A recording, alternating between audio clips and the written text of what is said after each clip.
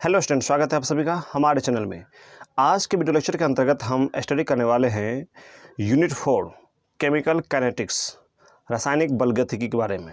तो आइए शुरू करते हैं। सबसे पहले मैं बता दूं आपको कि रासायनिक बलगतिकी क्या होता है, उसको हम डिफाइन कैसे करेंगे। केमिकल काइनेटिक्स एग्ज़ाम में इस चैप्टर से अधिकांश क्वेश्चन आता ही रहता है और इसका हर टॉपिक इम्पोर्टेंट है अपने आप में, ठीक है। तो आइए इस चीज़ को हम आपको विस्तार से और पूरी अच्छी तरह से समझाने की कोशिश करेंगे। देखिए, सबसे पहले हम ये जानेंगे केमिकल काइनेटिक्स, रासायनिक बलगतिकी क्या है, ठीक है। तो रसायन विज्ञान की वह शाखा जिसके अंतर्गत अभिक्रिया की दर, रेट ऑफ रिएक्शन तथा रासायनिक अभिक्रिया के मैकेनिज्म, मतलब रासायनिक अभिक्रिया की जो क्रियाविधि होती है उसके बारे में हम उसको अध्ययन करते हैं। तो वो क्या कहलाएगा? केमिकल काइनेटिक्स कहलाएगा। एक बार फिर सुन लीजिए। रसायन विज्ञान की वह शाखा जिसके अंतर्गत अभिक्रिया की दर या अभिक्रिया के वेग एवं रासायनिक अभिक्रियाओं के मैकेनिज्म, क्रियाविधि के बारे में अध्ययन करते हैं, वह क्या कहलाएगा? रासायनिक बलगतिकी कहलाएगा।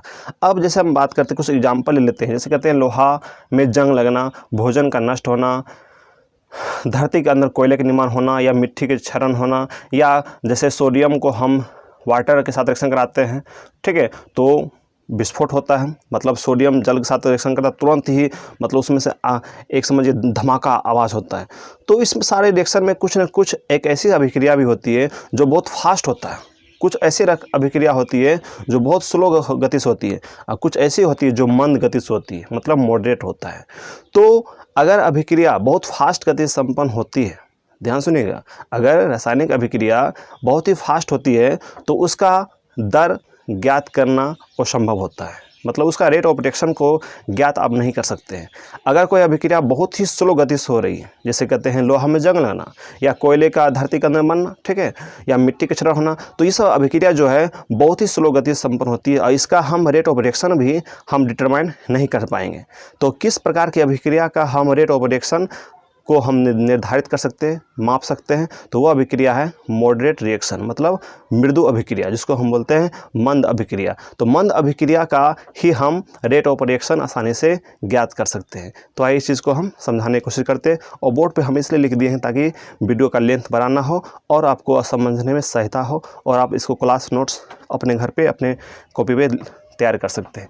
तो देखते हैं, हमने साफ साफ यहाँ लिख दिया है कि केमिकल काइनेटिक्स, रसायन विज्ञान की वह शाखा जिसमें अभिक्रिया की दर या अभिक्रिया की वेग तथा रासायनिक अभिक्रिया मतलब केमिकल रिएक्शंस के मैकेनिज्म मतलब क्रियाविधि का अध्ययन करते हैं, स्टडी किया जाता है, तो रासायनिक बलगतिकी कहलाएगा, ठीक है। अब हम इसमें एक चीज़ पढ़ने वाले हैं कि रासायनिक अभिक्रिया मतलब अभिक्रिया की दर के आधार पे केमिकल रिएक्शन कितने प्रकार का होता है। हमने लिख दिया अभिक्रिया की दर के आधार पर रासायनिक अभिक्रिया का वर्गीकरण, मतलब रासायनिक अभिक्रिया का प्रकार। तो classification of chemical reactions on the basis of rate of reaction, या इसको हम ऐसे बोल सकते हैं classification of chemical reaction on the basis of rate reaction, ठीक है। तो ये 3 प्रकार होता है, इसका 3 टाइप होता है। एक होता है वेरी फास्ट रिएक्शन, एक होता है वेरी स्लो रिएक्शन, एक होता है मॉडरेट रिएक्शन, ठीक है। तो वेरी फास्ट रिएक्शन को हम इंस्टेंटेनियस रिएक्शन भी कहते हैं, मतलब तात्क्षणिक, जो अभी तुरंत संपन्न हो जाए, ठीक है, देर भी ना लगे, सेकेंडों में हो जाता है, ठीक है। और एक होता है वेरी स्लो रिएक्शन, ठीक है, एक होता है मॉडरेट रिएक्शन, जिसको मृदु भी बोलते हैं या मंद अभिक्रिया भी उसको हम कहते हैं हिंदी में, ठीक है। तो देखिए यहाँ वेरी फास्ट रिएक्शन क्या होता है, मैं आपको बता दूं पहले, फिर हम यहाँ आपको लिख देंगे, ठीक है। वेरी फास्ट रिएक्शन वैसी अभिक्रिया होती है जो अभिक्रिया एकाएक मतलब बहुत फास्ट गति से संपन्न होता है और उसकी रेट ऑफ रिएक्शन को ज्ञात करना असंभव होता है। तो वो रिएक्शन क्या कहलाएगा? वेरी फास्ट रिएक्शन कहलाएगा, या उसको हम बोल सकते हैं इंस्टेंटेनियस रिएक्शन, मतलब वैसी रासायनिक अभिक्रिया जो तेज़ी से संपन्न होता है और उसके अभिक्रिया की दर का प्रयोगशाला में मापना असंभव होता है, ठीक है। तो वो क्या कहलाएगा? वेरी फास्ट रिएक्शन कहलाएगा, ठीक है ना। आयनिक सॉल्यूशनों में यह अधिकांशतः ऐसी रिएक्शन संपन्न होता है। जैसे आप मान लेते हैं HCl और सोडियम हाइड्रोक्साइड, HCl और सोडियम हाइड्रोक्साइड, ये अम्ल है, ये क्षार है, इसको मिलाएंगे तो साल्ट बनाएगा, क्या बनाएगा? NaCl प्लस H2O बना देगा। यह अभिक्रिया तुरंत फास्ट होती है, ठीक है। अब देखिए वेरी स्लो रिएक्शन क्या होती है? वेरी स्लो रिएक्शन में क्या होता है कि इसकी अभिक्रिया की जो दर होती है, मतलब जो रेट ऑफ रिएक्शन होता है, इसको ज्ञात करना असंभव होता है। मतलब ये इतना स्लो गति से संपन्न होता है कि कई वर्षों कई महीनों लग जाता है, ठीक है। तो वैसे अभिक्रिया जो अत्यंत मंद गति से, मतलब क्या, जो अत्यंत धीमी गति से संपन्न होता है और उसकी रेट ऑफ रिएक्शन को ज्ञात करना असंभव होता है, ठीक है। तो वह क्या कहलाएगा, वेरी स्लो रिएक्शन हुआ। जैसे एग्जाम्पल की बात करें, लोहे में जंग लगना। अब लोहा में जंग कब लगेगा इसकी कोई निश्चितता नहीं है, ठीक है। मतलब सालों में लग सकता है, महीनों में लग सकता है, ठीक है। जैसे मिट्टी का क्षरण हुआ, तो मिट्टी का क्षरण कितने वर्षों में हो पाएगा इसकी संभावना नहीं है ज्ञात करना, ठीक है। और जैसे कहते हैं कि कोयले के अंदर, धरती के अंदर कोयले का निर्माण होना, तो कोयला कितने वर्षों के बाद तैयार होगा धरती के अंदर, इसका भी हम डिटरमाइन नहीं कर सकते आसानी से, ठीक है। तो ये सभी होगा वेरी स्लो रिएक्शन के अंतर्गत आ जाएगा, ठीक है। यह भोजन सड़ना हुआ, तो भोजन कितने दिनों बाद सड़ेगा इसका भी कोई निश्चित नहीं है, ठीक है।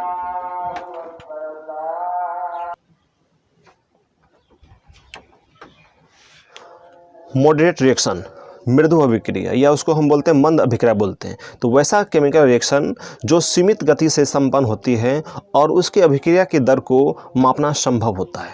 कहने मतलब यहाँ ये है कि यह जो मॉडरेट रिएक्शन होता है यह बहुत ही सीमित गति से संपन्न होता है, मतलब मंद गति से संपन्न होता है, लेकिन इसकी रेट ऑफ रिएक्शन को हम आसानी से ज्ञात कर सकते हैं, डिटरमाइन कर सकते हैं, ठीक है ना। इस बात को आप ध्यान रखिएगा। हम एक्टिवेशन एनर्जी के आधार पर भी इसको हम डिफाइन कर सकते हैं। तो आइए इस चीज़ को हम बोर्ड पर इसको लिख देते हैं अच्छी तरह से, फिर आप इसको हम समझाएंगे। आइए इस चीज़ को हम बोर्ड पर लिख दें अच्छी तरह से, अब आपको हम समझा देने की कोशिश करेंगे। देखिए लिख दी हमने वेरी फास्ट रिएक्शन, तीव्र अभिक्रिया या इंस्टेंटेनियस रिएक्शन, तात्क्षणिक अभिक्रिया। हमने साफ साफ लिख दिया एक वैसा केमिकल रिएक्शन जो इतनी तेज गति से संपन्न होता है कि प्रयोगशाला में उसकी दर या वेग को निर्धारित करना असंभव होता है। या इसको आप ऐसे भी डिफाइन कर सकते हैं कि वैसा केमिकल रिएक्शन जो इतनी गति से संपन्न होता है, जो इतना फास्ट गति से संपन्न होता है कि उसकी प्रयोगशाला में रेट ऑफ रिएक्शन को मापना असंभव होता है, हम उसको माप नहीं सकते हैं, ठीक है। तो वो रिएक्शन क्या कहलाएगा, वेरी फास्ट रिएक्शन या इंस्टेंटेनियस रिएक्शन कहलाएगा, ठीक है। या उसको हम एक्टिवेशन एनर्जी के आधार पर इसको हम ऐसे डिफाइन कर सकते हैं कि वैसा रिएक्शंस जिसकी एक्टिवेशन एनर्जी, मतलब क्या, संकीर्ण ऊर्जा का मान बहुत ही कम होता है। अब संकीर्ण ऊर्जा क्या होता है इसी चैप्टर हम आगे पढ़ाएंगे, डिटेल से पढ़ाएंगे, ठीक है। तत्काल से आप इसको डिफरेंशियल से काम चलाइए, ठीक है। तो वैसा रासायनिक अभिक्रिया जिसकी संकीर्ण ऊर्जा का मान बहुत ही कम होता है वह रिएक्शन क्या कहलाएगा, वेरी फास्ट रिएक्शन कहलाएगा। आइए इसको थोड़ा सा एग्जांपल हम देने की कोशिश करते हैं। जैसे कहते हैं कि मैग्नीशियम को अगर हवा में छोड़ देते हैं तो यह ऑक्सीजन से अभिक्रिया करके मैग्नीशियम ऑक्साइड का निर्माण करता है, MgO ना। इसको संतुलित कर लीजिएगा तो 2 से यहाँ गुना कर दीजिए और 2 से यहाँ गुना कर दीजिए, ठीक है ना। मैग्नीशियम फीता, ठीक है। मैग्नीशियम फीता को जब हम ऑक्सीजन में छोड़ देते हैं, हवा में छोड़ देते हैं, तो मैग्नीशियम के ऊपर, मतलब ये मैग्नीशियम अगर फीता है इसको हवा में छोड़ देंगे तो ये मैग्नीशियम के ऊपर क्या होगा, ऑक्साइड की परत क्या होगा, जम जाएगा, ठीक है। तो यही मैग्नीशियम ऑक्साइड हुआ। अगर हम बात करें सोडियम हाइड्रोक्साइड और HCl, ये बेस हो गया, ये हो अम्ल हो गया, एसिड हो गया, इसको रिएक्शन कराएंगे तो क्या बनेगा, साल्ट बनाएगा, NaCl बनाएगा और वाटर देगा, ठीक है। तो ये देखिए Na+ और OH-, ये H+, Cl-, ये प्लस माइनस दोस्ती करेगा और माइनस प्लस दोस्ती करेगा,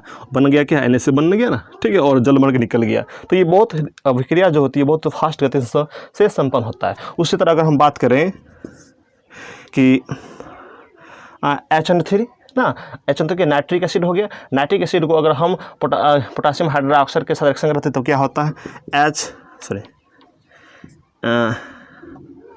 HNO3+ KOH, ये एसिड हो गया, ये बेस हो गया, ठीक है। अगर इसको हम रिएक्शन कराते हैं तो क्या बनेगा बताइए, KNO3 बनेगा, पोटासियम नाइट्रेट बनेगा, KNO3, और ये H और ये OH- है ना, इसको तोड़ेंगे तो क्या, K+ OH-, H+ NO3-। तो ये प्लस वाला भाग जो होगा निगेटिव पार्ट से क्या दोस्ती करेगा, कनेक्ट करेगा, और ये माइनस जो पार्ट है वो पॉजिटिव से कनेक्ट जुड़ जाएगा, तो ये बन गया और H2 निकल गया। तो क्या देख रहे हैं, पोटासियम नाइट्राइड बन के निकल गया, ठीक है।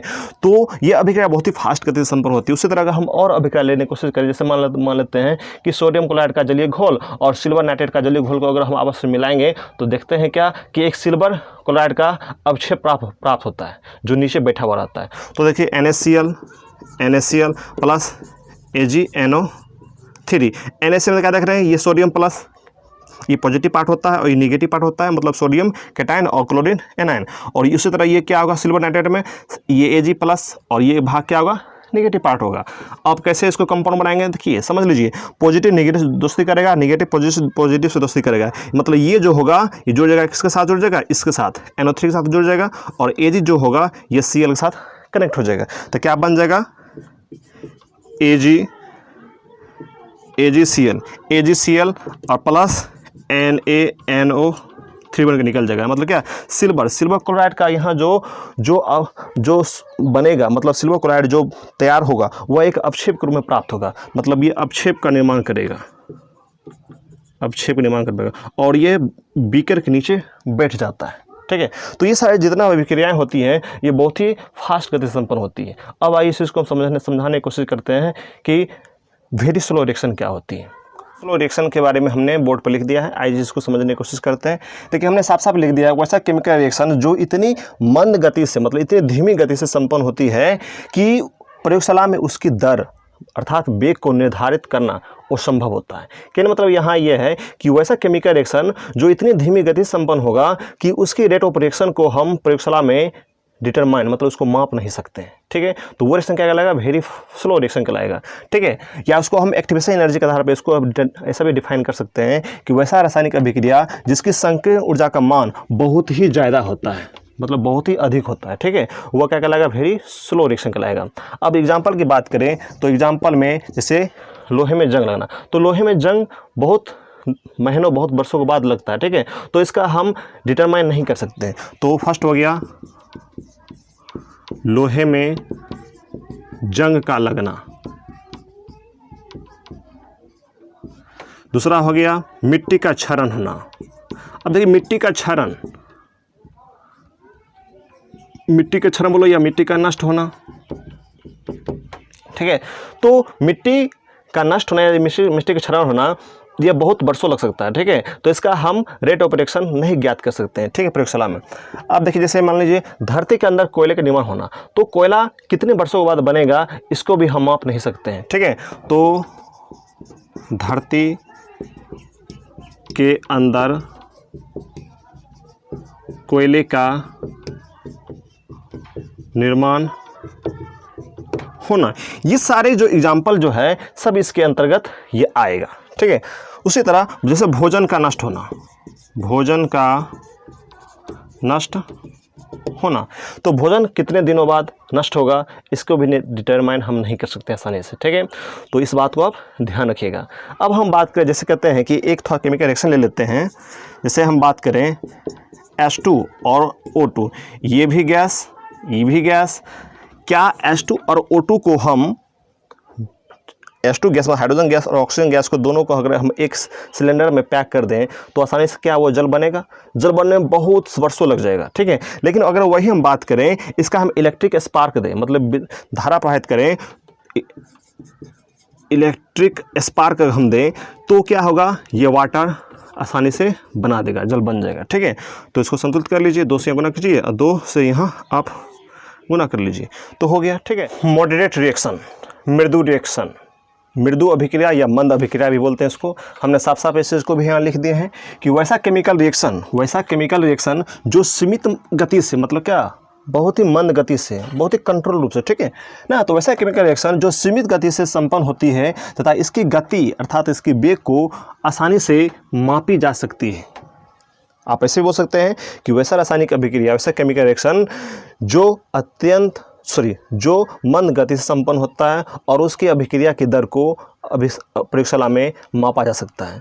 ठीक है, तो वह क्या कहलाएगा, मॉडरेट रिएक्शन कहलाएगा। या आप उसको एक्टिवेशन एनर्जी के आधार पर उसको वैसे भी हम डिफाइन कर सकते हैं। वैसा केमिकल रिएक्शन जिसके संकीर्ण ऊर्जा का मान, मतलब एक्टिवेशन एनर्जी का मान मॉडरेट होता है, मतलब मृदु होता है। अब इसको हम ऐसे भी बोल सकते हैं कि वैसा केमिकल रिएक्शन